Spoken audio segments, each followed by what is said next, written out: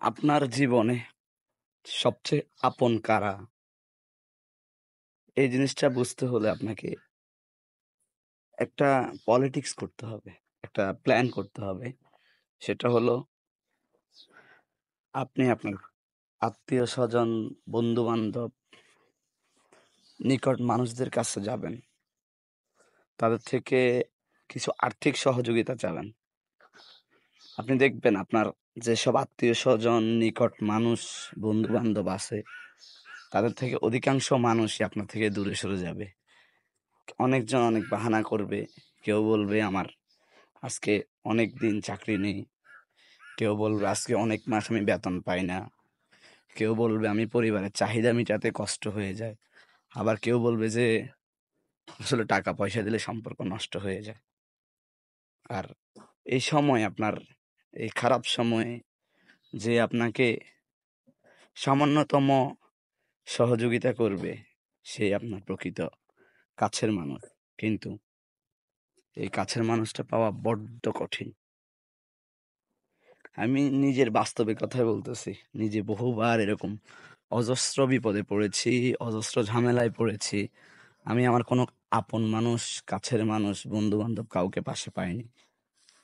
নিজের বাস্তব অভিজ্ঞতা থেকে বলছি, আপনি যখন বিপদে পড়বেন, আপনার কাছের মানুষগুলো সবচেয়ে বেশি খুশি হবে। তারা আপনাকে নিয়ে সমালোচনা করতে পারবে, তারা আপনাকে নিয়ে ব্যঙ্গাত্মক আচরণ করতে পারবে, কিন্তু আপনাকে নিয়ে বা আপনার উপকারে কিভাবে করা যায় এই চিন্তাটা আপনার শতকরা 10% মানুষেরও মাথায় আসবে না। এমন অনেক কাছের মানুষ আছে যারা আপনি বিপদে পড়লে অথবা আপনার কোনো ক্ষতি হয়েছে শুনলে মনের ভিতর আনন্দে নেচে ওঠে, হাতের তালিও দেয়। তো এটা কিন্তু জীবনের বাস্তবিকতা। আপনি যাকেই সবচেয়ে আপন ভাববেন, যাকেই সবচেয়ে কাছের মানুষ ভাববেন, সে ভাববে আপনি তার প্রতি দুর্বল, আপনি তাকে ভয় পান, অথবা তাকে ছাড়া আপনি চলতে পারবেন না। কিন্তু বাস্তবিকতার অর্থে আপনি তো তাকে সম্মান করেন, ভালোবাসেন, ভালোবাসার চোখে দেখেন। কিন্তু ভালোবাসার চোখে দেখাটাও এটাকে এক প্রকার দুর্বলতা ভাবা হয়। আপনি যাকেই সবচেয়ে বেশি কাছের মানুষ মনে করবেন, যাকে আপনি সবসময় মানবেন, যার কমেন্ট অর্থাৎ যার কথা কমান্ড অনুযায়ী আপনি চলবেন, সেই মনে করেন যে আপনাকে এমনভাবে ক্ষতিগ্রস্ত করবে অথবা এমন ঝামেলায় ফেলবে যেটা আপনি কল্পনা করতে পারবেন না। সো আপন মানুষ বলতে বাবা মা ছাড়া আর কেউ নাই।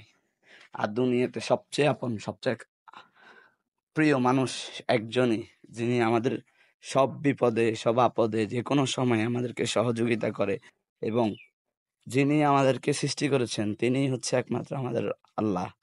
এই আল্লাহ ছাড়া বিপদে আপনার কেউ পাশে থাকবে না।